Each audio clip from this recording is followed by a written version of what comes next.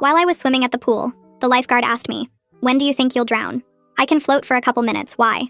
"Don't move and don't leave the water no matter what. We need to clear it and evacuate everyone else, but you need to stay." "What's in the water?" My voice came out shaky. He didn't answer. Instead, he raised his whistle and blew 3 sharp blasts that echoed across the pool area. "Everyone out of the pool immediately! This is not a drill." Families started rushing toward the ladders and stairs in a chaotic scramble. Kids were crying as parents pulled them out, water splashing everywhere. The shallow end emptied in seconds as people grabbed their belongings and ran. I wanted to join them, but I was stuck floating in 12 feet of water trying not to move. "Hold still." The lifeguard kept his eyes locked on the water around me. I was trying my best, but my arms were already getting tired from the careful balancing.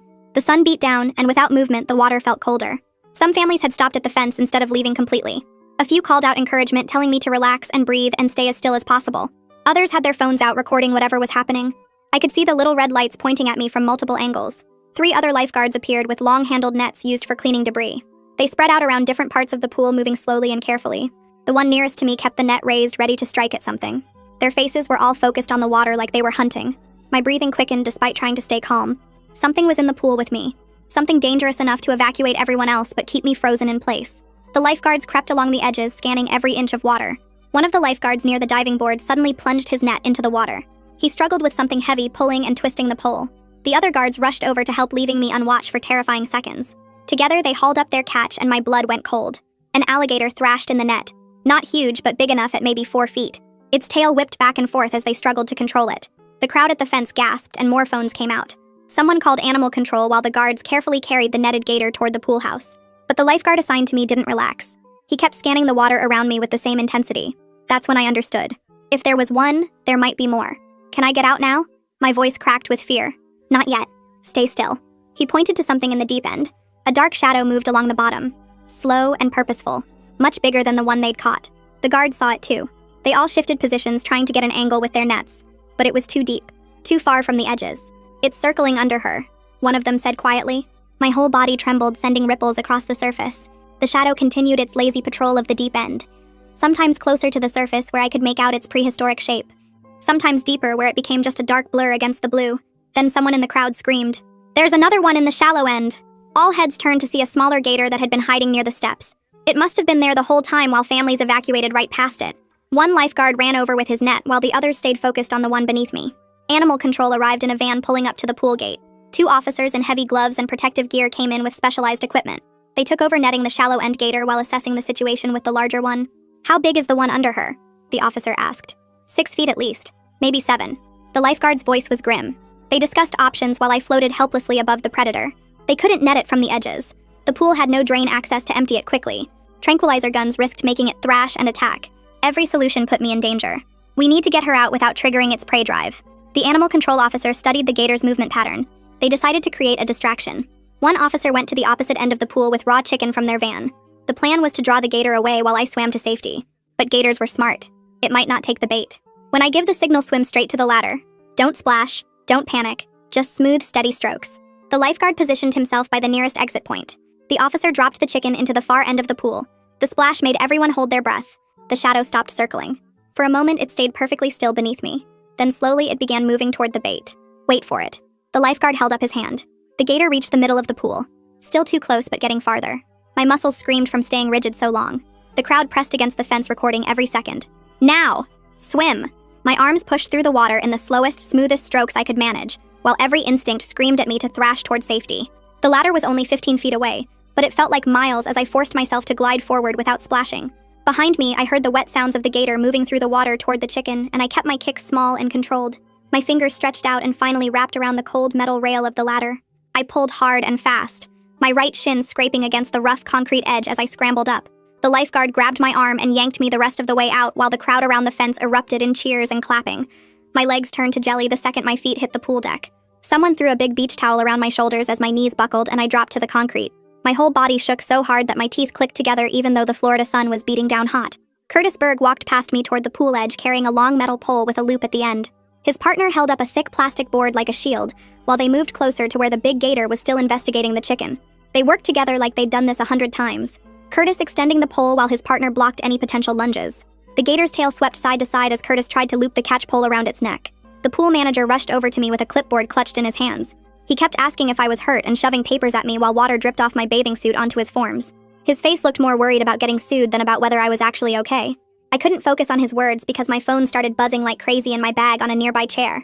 Someone must have grabbed it for me during the evacuation, because I'd left it by my towel at the other end. I pulled it out with shaking hands and saw notification after notification popping up on the screen. Seth had already posted a video with the caption, "Girl vs. Gator insane," and it had dozens of shares in just minutes. Seeing myself floating there helpless while people filmed made my stomach turn sour. The primary lifeguard walked over and sat down next to me on the concrete. He told me his name was RJ, and made a weak joke about how I definitely didn't need swimming lessons after that. Just having someone sit there and talk to me like a normal person instead of a liability helped my breathing slow down. A woman in a blue uniform with a medical bag knelt in front of me and introduced herself as Thea Pacheco. She checked my pulse and blood pressure while asking me questions about how I felt. She suggested I should go to the hospital for shock treatment, but I shook my head stubbornly at first. After a few minutes, she convinced me that at least I should have someone stay with me tonight to watch for delayed reactions. Curtis walked by carrying equipment back to his van and mentioned something that made my fear turn into anger. He said they'd gotten 3 calls about gator sightings in the retention pond behind the pool just this month.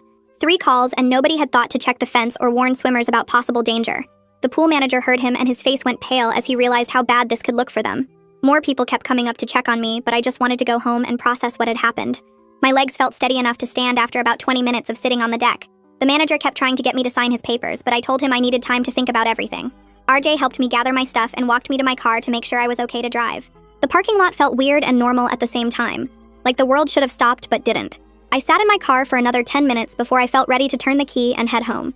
The drive took forever, even though my apartment was only 5 minutes away from the pool. Every dark spot on the road looked like it could be moving, and I had to keep reminding myself I was safe. Inside my apartment, everything looked the same, but felt completely different somehow. I dropped my wet bag by the door and went straight to the bathroom to rinse the chlorine off. The shower helped wash away the pool water, but not the feeling of that shadow circling beneath me. I put on my softest pajamas, even though it was only 4 in the afternoon, and curled up on my couch. My phone kept buzzing with messages from people who'd seen Seth's video, but I couldn't deal with that yet. Every little sound in my apartment made me jump and check the shadows in the corners. The air conditioner clicking on sounded like something moving, and I had to turn on every light to feel safe. I grabbed my laptop and started typing everything I could remember while it was still fresh in my mind. The words poured out in a jumbled mess about floating there and seeing the gator and feeling completely helpless. Writing it down helped make it feel more real and less like some crazy nightmare that couldn't have actually happened. By the time I finished typing, my hands had finally stopped shaking, and I could breathe without my chest feeling tight. The next morning, my phone woke me up buzzing nonstop on the nightstand. I grabbed it and saw dozens of notifications from people I barely knew sending me links to Seth's video.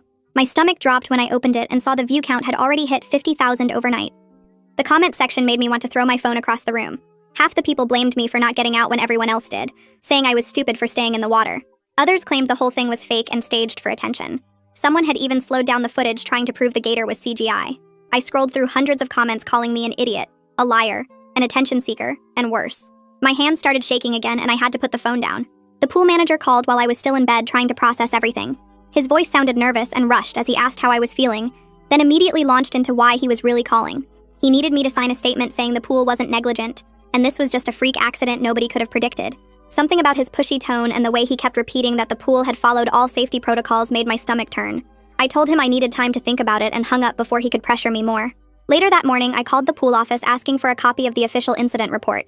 The secretary transferred me to 3 different people who all gave me different excuses about why they couldn't send it yet. One said it wasn't finished.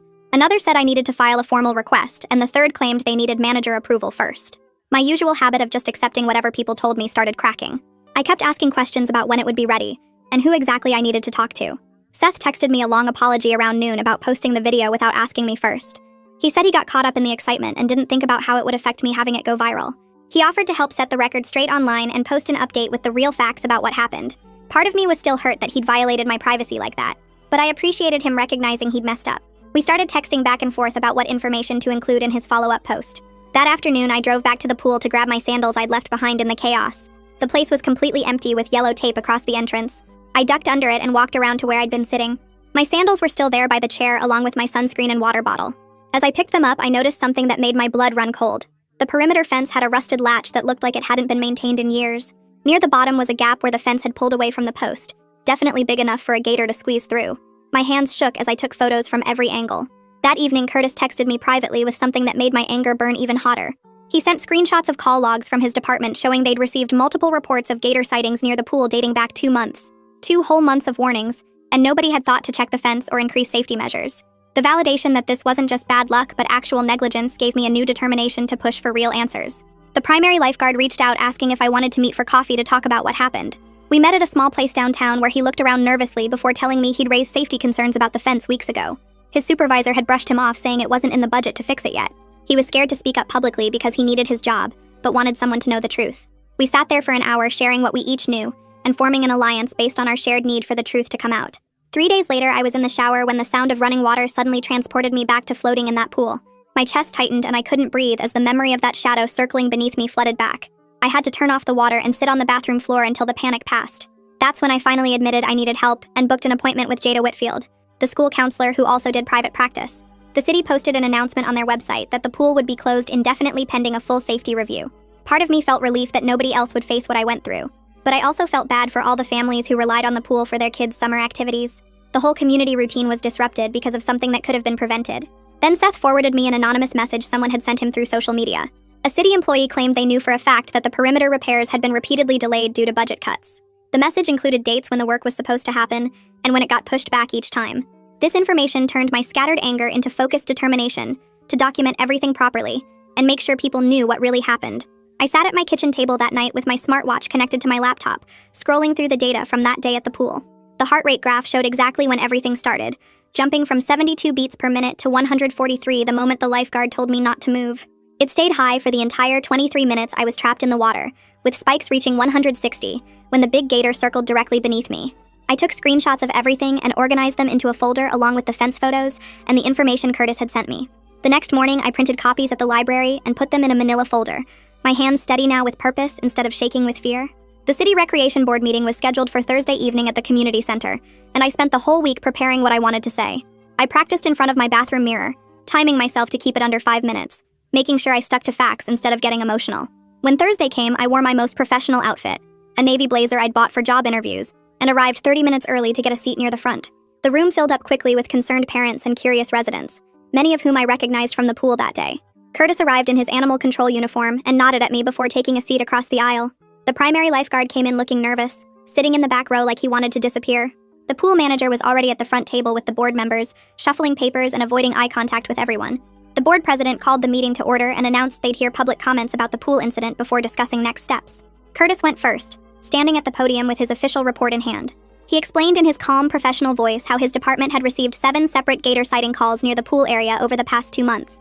He showed photos of the fence gap on the overhead projector, pointing out the rust patterns that indicated years of deterioration. He mentioned that standard protocol would have been to inspect and secure any public facility after the first sighting report, but no inspection request had come from the pool management. The board members took notes while the pool manager's face got redder and redder. When Curtis finished, the primary lifeguard walked slowly to the podium, his hands visibly shaking.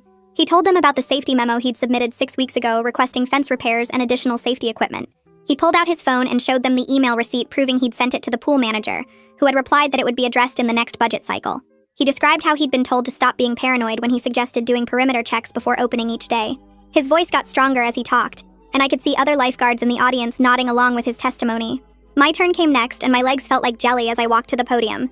I opened my folder and spread out my evidence, starting with the timeline I'd created from my smartwatch data.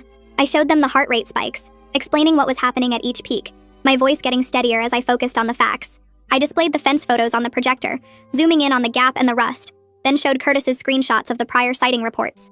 The board members leaned forward, one of them asking me to go back to the timeline slide. Another asked if I'd needed medical treatment for shock, and I told her about the paramedics' recommendation and my ongoing counseling sessions with Jada.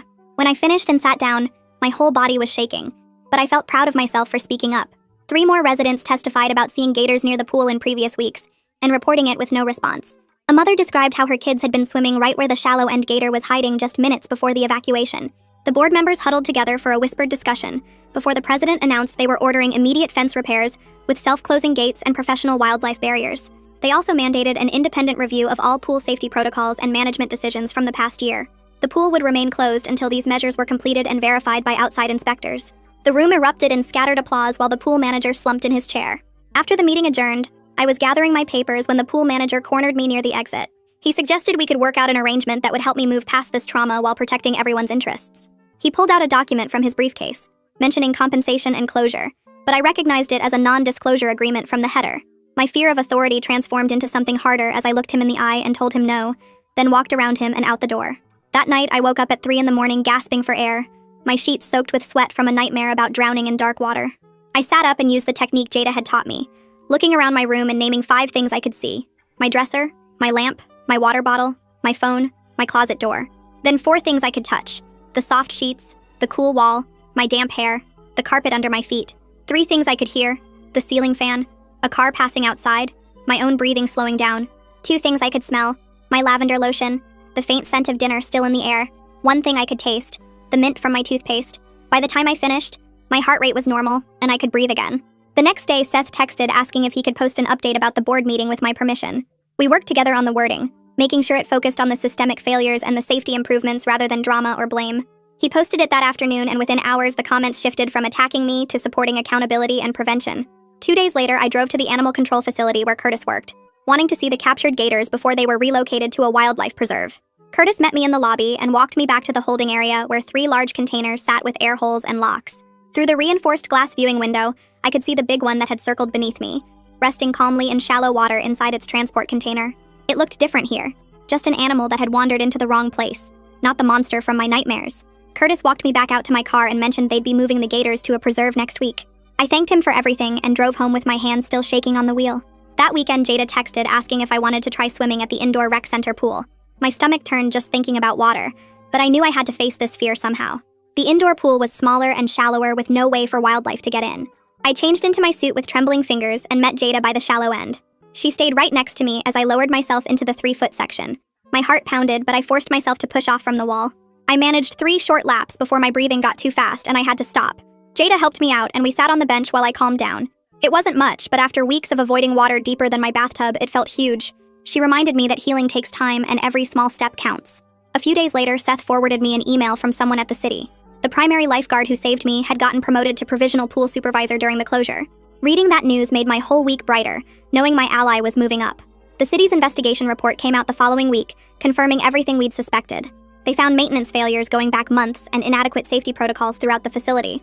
The pool manager was placed on probation and required to complete additional training courses. Reading the official findings felt like vindication, without having to gloat about being right. They announced the pool would reopen in 2 weeks with major safety upgrades completed. When reopening day arrived, I drove past to see the changes for myself. The new fence stood 8 feet tall with self-latching gates that clicked shut automatically. Warning signs about local wildlife were posted every 20 feet along the perimeter. Seeing these concrete changes made me feel cautiously hopeful about community safety. I parked and walked through the new gates with my swim bag. The shallow end had families splashing around like nothing had ever happened. I changed in the locker room and forced myself to walk to the pool edge. The water looked clear and safe with the new supervisor watching from his chair.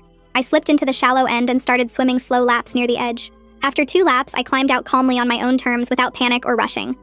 This wasn't about conquering fear, but rebuilding trust in my own judgment about safety. That night, I sat at my computer and started writing my own account of what happened. I posted it on my social media with clear boundaries about media requests and interviews. Several news outlets had reached out, but I wanted to control my own narrative first. Taking charge of my story felt like reclaiming agency after weeks of feeling powerless. Seth messaged me the next day saying he'd implemented a new personal rule about consent. He wouldn't post anything involving other people without asking them first. Our friendship had been strained, but this showed he understood what he'd done wrong. We started texting again and slowly rebuilding on a foundation of better boundaries. The pool manager approached me awkwardly at the grocery store a week later. He thanked me for pushing for the safety improvements even though it had been hard for him. I accepted his thanks with guarded grace, knowing people can learn from their mistakes. He seemed genuine about wanting the pool to be safer for everyone. The local news station called asking if I'd participate in a segment about pool safety. They wanted to use my incident as a teaching moment for the community. I agreed as long as they focused on prevention, rather than sensationalizing what happened. The segment aired that Thursday night with tips about checking fences and watching for wildlife. They interviewed the new supervisor about the safety protocols and showed the improvements at our pool. Seeing the focus on education rather than drama felt like the right kind of attention. Curtis called me after watching the segment and invited me to speak at a wildlife education event. The community center was hosting a session about coexisting safely with Florida's natural predators. I hesitated at first, but realized my experience could help others stay safe. We met for coffee to discuss what I'd cover and how to make it educational without being scary. The event was scheduled for next month, and Curtis would be there to answer technical questions. I started preparing notes about what I'd learned about gator behavior and pool safety. Turning my trauma into useful knowledge for others felt like a positive way forward. 3 months passed before I felt ready to swim laps again, but when I walked through the renovated pool gates, everything looked different. The fence stood 8 feet tall now with self-closing gates that clicked shut behind each person. Warning signs about local wildlife covered the entrance area with pictures of gators and instructions for reporting sightings. I changed into my suit and walked to the shallow end where other morning swimmers nodded at me with recognition. The water felt cool against my skin as I pushed off from the wall and started my first lap, staying close to the edge. My strokes stayed smooth and controlled while I counted each breath and kept my eyes open underwater, scanning for shadows that weren't there. After 4 laps, I climbed out and sat on the edge watching the new supervisor run his morning safety check. He walked the entire perimeter, testing each gate latch and checking for gaps in the fence before giving the all-clear signal. 2 other swimmers stopped to thank me for pushing the city to make these changes, and I just nodded, feeling weird about being thanked for almost becoming gator food. The supervisor came over and showed me the new daily log they kept tracking wildlife sightings and fence inspections. Every shift started with a full perimeter walk, and they ran monthly evacuation drills, now treating pool safety like the serious responsibility it was. Seth texted me a link to his new community safety page where he posted wildlife sightings with proper location tags and safety reminders. He'd gotten over 2,000 followers already, and worked with animal control to share accurate information instead of sensational videos. The page had a clear policy about getting consent before posting anything involving other people, and he credited sources properly. Curtis had helped him set up partnerships with local wildlife groups to provide educational content between sighting reports. The wildlife education event came faster than I expected, and I stood at the community center podium looking at 50 parents and kids waiting to hear my story. My hands shook slightly as I clicked through the slides showing pool safety tips and gator behavior facts Curtis had helped me prepare. I talked them through what happened using simple terms the kids could understand, while emphasizing the importance of listening to lifeguards and respecting wildlife. Parents took notes on their phones, and several asked specific questions about fence maintenance and what to look for at their own community pools. Curtis answered the technical questions about gator behavior, while I focused on the human side of pool safety and emergency response. Seeing kids raise their hands to ask questions and watching parents exchange concerned looks about their own pool security made the whole presentation worth the nervousness. The city council meeting 2 weeks later brought news that permanent budget increases had been approved for all recreation facilities. The recreation director presented a 5-year plan for systematic safety upgrades across every public pool and park in the county. Our incident had triggered a complete review that found similar maintenance delays at 6 other facilities. They allocated funds for quarterly professional inspections and immediate repair protocols that couldn't be delayed by budget concerns. Jada scheduled what she called our final session, though she said I could always come back if needed. We sat in her office reviewing the progress charts she'd kept showing how my anxiety scores had dropped and my confidence in water situations had improved. She pointed out how I'd moved from victim to advocate and found purpose in making sure nobody else faced the same preventable danger. The healing hadn't erased what happened, but had integrated it into something useful for the community. A full year after the incident, I arrived for my regular morning swim at what had become a model facility for wildlife-safe public pools. The manager, who'd once tried to silence me now, gave tours to other facility managers explaining each safety feature and the inspection protocols. 3 neighboring counties had adopted our safety standards, and the state was considering making them mandatory for all public pools. I slipped into the water and started my laps with strong, confident strokes, while the supervisor watched from his elevated chair.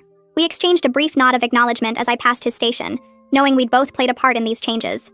Other morning regulars swam their own laps in the lanes beside me, and new families arrived for swim lessons in the shallow end.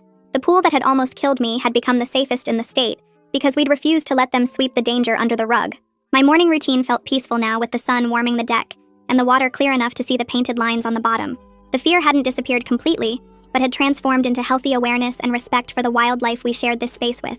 Every splash and movement in my peripheral vision still made me look, but no longer made me panic. The community had learned from my experience and turned a terrifying incident into lasting positive change that would protect swimmers for years to come. Thanks for sticking with me through all this. It's definitely been a journey worth sharing. Until we meet again, folks, if you made it to the end, drop a comment. I love reading all your comments.